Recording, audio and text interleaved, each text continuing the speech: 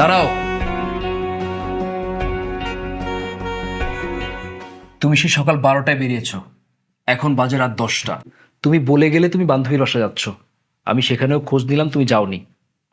কোথায় ছিলে তো রাত অব্দি? আরে এসব কথা বাদ দাও না। জানো আমার চাকরিটা হয়ে গিয়েছে, আমার স্যালারি 20,000 টাকা। বস বলেছে যদি কাজটা ঠিকঠাক মতো করতে পারি, সে যদি আমার কাজে খুশি হয় তাহলে খুব দ্রুত আমার বেতন বাড়িয়ে দিবে।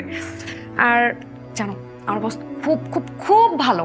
আমার ফোনটা খুব বেশি একটা ভালো না বলে বস আমাকে একটা স্মার্টফোন গিফট করেছে।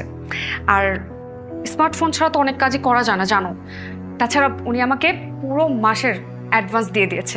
এই দেখো বাসার সবার জন্য আমি শপিং করে নিয়ে আসছি। আমাদের না আর কোনো অভাব থাকবে না।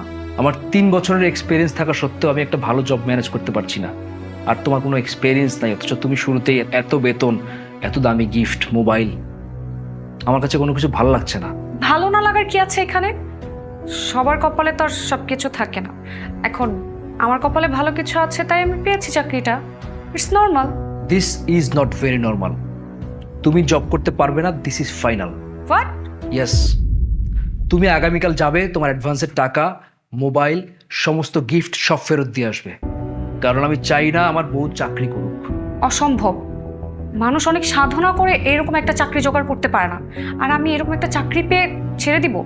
This is not possible at all. Then make this possible. চাকরিতে তুমি এখনো জয়েন করতে পারোনি, এখনই আমার কথা দাম দিচ্ছ না, আমাকে তুমি অসম্মান করে কথা বলছো। হায় আল্লাহ, সামান্য ছোট্ট একটা বিষয়কে তুমি কেন টেনে এত বড় জটিল করতেছো বলো তো আমাকে। আমি মোটেও জটিল করছি না, জটিল করছো তুমি। আমি তোমাকে বোঝানোর চেষ্টা করছি তুমি জব করতে পারবে না।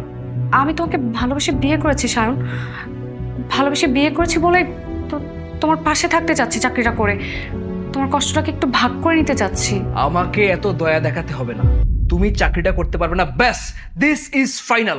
না, আমি অনেক চিন্তা করে দেখেছি,